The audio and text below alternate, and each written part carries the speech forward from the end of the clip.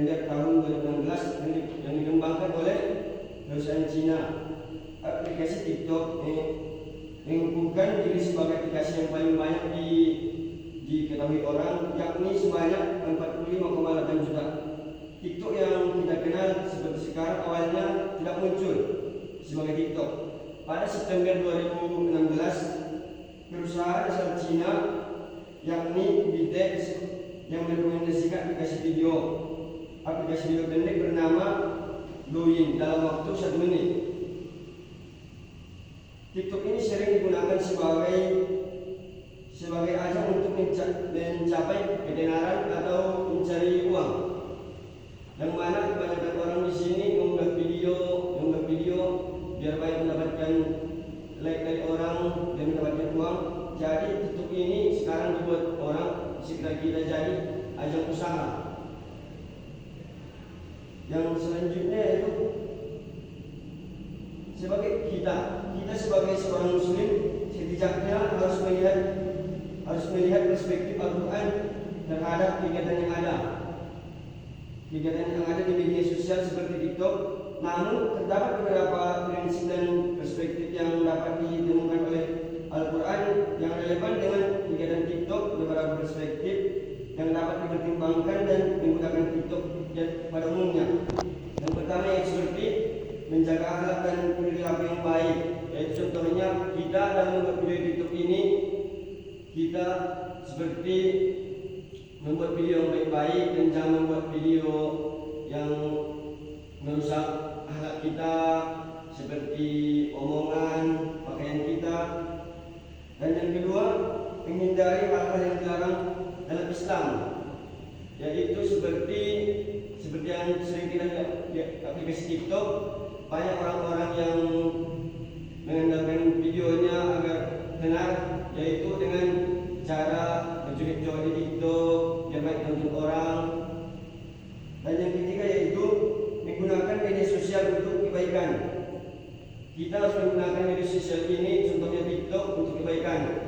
Yang pertama yaitu seperti kita menyampaikan hal-hal positif, menyampaikan kebaikan, seperti kita berdakwah dalam Al-Quran, dan kita jangan memberikan hal-hal yang tertemu di dalam TikTok ini.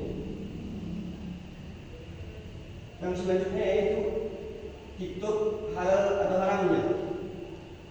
Perspektif hukum Islam terhadap kegiatan di TikTok melibatkan penilaian terhadap konten yang dibagikan, yang seperti tata cara berinteraksi antara pengguna dan ketentuan terhadap prinsip-prinsip agama. Ada beberapa ahli hukum Islam telah menggunakan pandangan terkait hal ini, seperti pendapat ulama yaitu Muhammad Yusuf Al-Qardawi, seorang ulama dan pakar Islam, menyatakan bahwa pengguna media sosial termasuk TikTok harus sesuai dengan prinsip-prinsip syariat Islam. Ulama ini menekankan pentingnya menjaga etika dan kesopanan dalam konten yang kita bagikan. Seperti contoh yang telah saya katakan tadi, seperti kita berdakwah dan menyebarkan hal positif yang berguna bagi banyak orang. Dampak positif dan negatif dari TikTok ini yaitu menurut hukum Islam menggambarkan dua sisi yang berbeda. Dalam konteks ini, beberapa ahli dalam ulama telah mengidentifikasikan dampak positif dan negatif yang dapat diambil. Dampak positif dari perspektif hukum Islam, TikTok dapat menjadi platform untuk menyebutkan pesan-pesan positif, menyebarkan pengetahuan agama, dan mempromosikan nilai-nilai moral. Sebagai contohnya yaitu pengguna TikTok TikTok dapat berbagi nasihat-nasihat yang baik dan ilmu-ilmu yang bermanfaat seperti ilmu agama dan seperti ilmu akhlak. Yang selanjutnya yaitu mudarat dari aplikasi TikTok ini. Yang pertama yaitu saran dan informasi. TikTok ini dimanfaatkan untuk hal yang positif. TikTok ini dimanfaatkan oleh sebagian pengguna TikTok untuk mencari informasi karena dalam media sosial sekarang ini terutama TikTok, secara tidak sadar pengguna dapat memperoleh informasi terkini. Berbagai informasi seperti pengetahuan, tips, informasi, kecantikan dan kejadian terkini dapat diperoleh melalui aplikasi TikTok ini. Dan kedua yaitu sarana hiburan. TikTok ini paling banyak digunakan orang untuk mencari hiburan, seperti menonton video-video lucu dan lainnya. TikTok juga dapat dimanfaatkan sebagai sarana hiburan seperti yang saya bilang tadi, di saat waktu senggang. Hal tersebut tentu saja sejalan dengan kebutuhan individu, yang mana manusia juga butuh pelepasan serta liburan kejenuhan. Para pengguna media sosial TikTok, khususnya remaja, menggunakan waktu luangnya untuk menghibur dirinya dengan cara menonton video-video yang ada di TikTok, seperti yang saya bilang tadi, video-video lucu dan video-video yang bermanfaat dalamnya. Yang selanjutnya itu menambah pertemanan. Media sosial ini akan menambah teman kita tanpa berkomunikasi secara langsung dan keterbatasan jarak. Tempat dan waktu melalui media sosial dapat mewakili para penggunanya untuk saling berinteraksi dengan sesama di dunia luar, baik yang dikenal maupun tidak dikenal. Hal ini memungkinkan para pengguna media sosial, lebih tepatnya TikTok, dapat menjalin pertemanan dengan siapa saja dan di mana saja. Dan yang selanjutnya itu seperti yang saya bilang di awal, menghasilkan uang. TikTok ini salah satu media sosial yang populer di Indonesia di kalangan kita saat ini.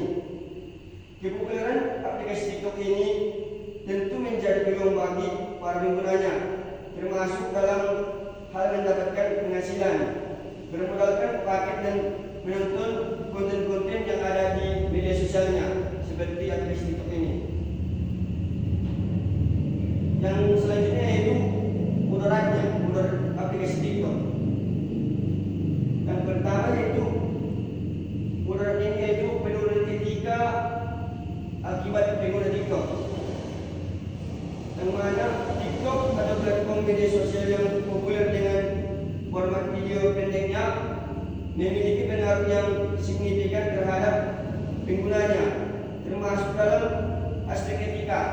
Contohnya itu ada kalau seseorang ini dalam membuat video tidak melihat penampilannya, asal berpakaian sopan tidak sepanjang dia tak membuat video, dia tidak membelikan pakaiannya, dia tidak bisa membuat video walaupun pakaiannya agak terbuka.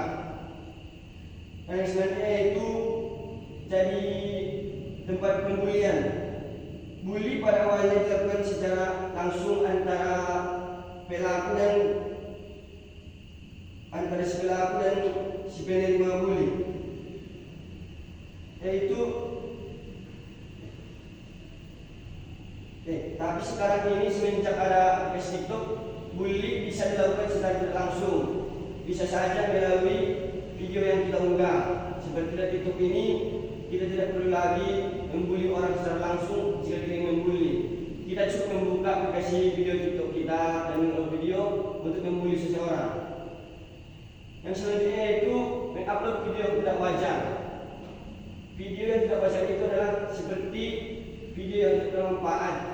Video yang tidak bermanfaat ini contohnya yaitu seperti yang saya katakan dari awal, seperti perempuan yang sering membuka aurat di videonya baru di TikTok, seperti perempuan yang joget dan yang tidak bermakna itulah yang dinamakan video yang tidak wajar. Itu termasuk sebagai mudarat dari aplikasi TikTok ini. Jadi kesimpulan yang dapatkan di sini, marilah kita jauhi TikTok, bukan untuk kita jauhi, tetapi kita boleh menggunakan TikTok ini, tapi kita gunakan untuk hal yang bermanfaat, seperti memberikan ilmu ke orang lain, berdakwah, melakukan hal baik. Pokoknya kita jauhi untuk mengupload video yang tidak pantas ditonton oleh kawan-kawan kita di luar sana. Mungkin sekian materi saya. Terima kasih untuk kawan-kawan yang telah membantu saya membuat video ini.